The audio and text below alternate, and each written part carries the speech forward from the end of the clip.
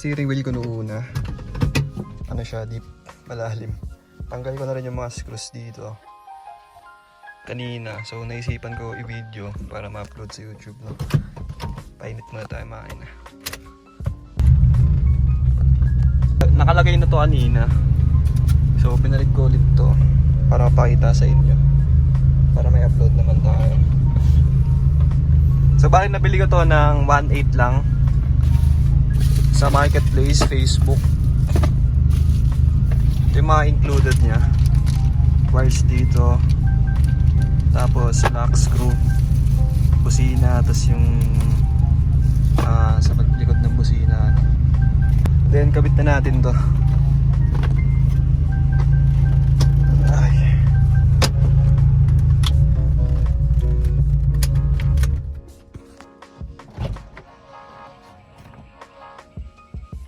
So may kasama na pala tong allen, no? Kaso yung allen dyan tinanggal ko kasi mabilis yun bumilog. So wala din. Tanggal muna tayo ng screws.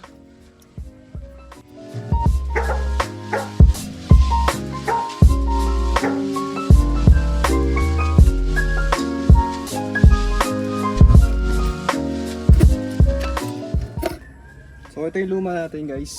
Malalim siya, deep. Then ito yung busina. So yung gagamitin kong busina is yung nakasama din sa steering wheel. Taliguin natin.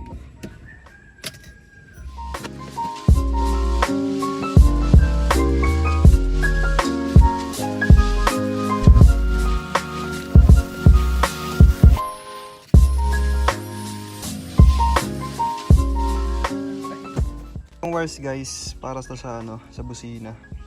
Connect siya dito. Ito naman para sa body ground. Pero hindi tayo gamit na ito. Tabi na natin. Then kailangan pala pag papalit kayo ng steering wheel, papalit din kayo ng hub. Boss kit, wala pa atang 800 to, no? Yung iba naman ang papalit quick release.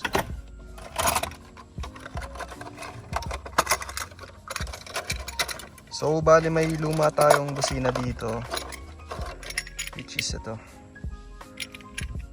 Then andito yung spring niya sa labas. Kinuha ko yung spring para itong nakausli, yun yung didikit dito sa may body ground para hindi na tayo mag-wire na. Kabit natin. So bali ito, susuksok lang natin to dito.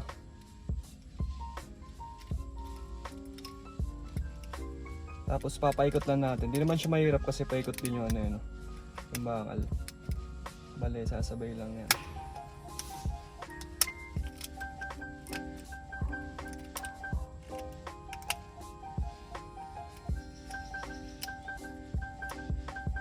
Yan. Para nakaganyan siya. So bale ito, sumasabit to sa dito. And ito yung likod. Tapos ito yung didikit dito sa may body. Ganun kasi nakalagay sa unang busina. So, ganun ko rin siya ibabalik.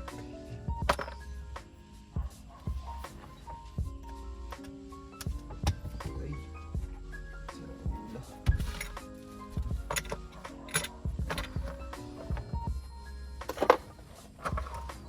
So, ito.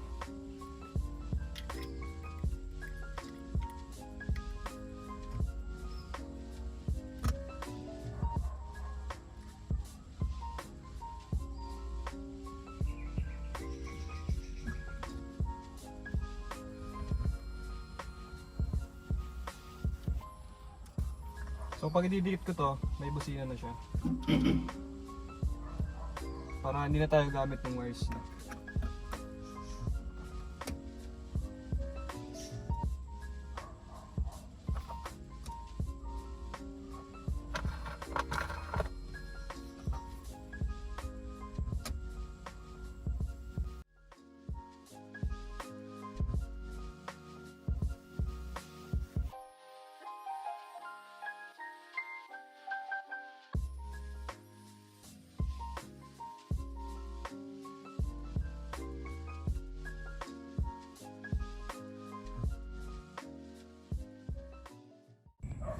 Trinay ko lang magpalit nung ano kasi yun parang ang layo mo sa upuan kasi nga deep siya.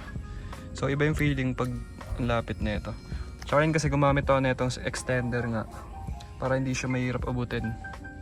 Kasi hanggang dito yun eh. So ito tinataas ko lang to para naabot. So guys, stitch na dito okay naman. Wala namang imulmul, walang sobra. So sa Shopee kasi nag-canvas din ako mga nasa 2.3, 2.2. Iba yung price eh, tapos nakita ko to sa marketplace. Located lang siya sa Kainta. Pinuntahan ko ng gabi after ng laro namin. So check ko muna kasi baka mamaya scam, tas ang pangit sobra ng quality no. So far so good naman, sobrang okay. Then included na rin to. Yung iba kasi steering wheel lang talaga. May nakita rin ako na nasa QC yata nagbebenta, 1.6. So ito, okay na rin. Tsaka malapit. Kung papalit kayo, palit kayo ng hub para napapasok to, no? Tsaka ng steering wheel. Mas kaya sana kung quick release eh, no? Para inaano mo na lang dito. So di naman kailangan. So, ano tayo? Budget. So yun siya guys, pakita ko sa inyo ng montage.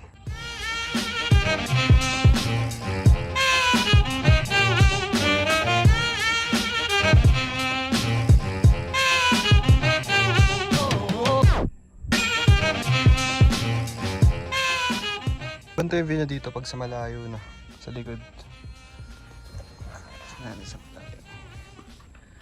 Yan, ganyan siya guys. Much better guys dun sa nauna. So yun guys, ganito lang kabilis magpalit ng steering wheel. Comfy naman siya, sana tumagal no. Pero sa ano niya, sa price na ito, sulit na din yung 1.8. Kasi yung ganito. Iba naman kasi nabibili mo sa Shopee, 2.8, 2.3, basta 2.8 plus. So ito okay na rin. Same quality lang naman siguro. So yun, okay naman yung stitches niya, walang himulbal na sobra, walang humiwalay na stitch no. Kaysa dito, iba kasi yung quality rin na ito.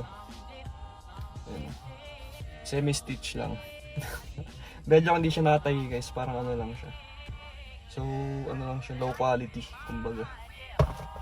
Kaya rin tayo nagpalit no. So itong mga sobra, pwede natin itong spare no, pwede itong mga screws.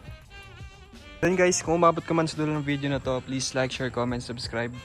Pasensya na, hindi na tayo nagbabike ngayon. Iba na yung content natin. So follow for more no.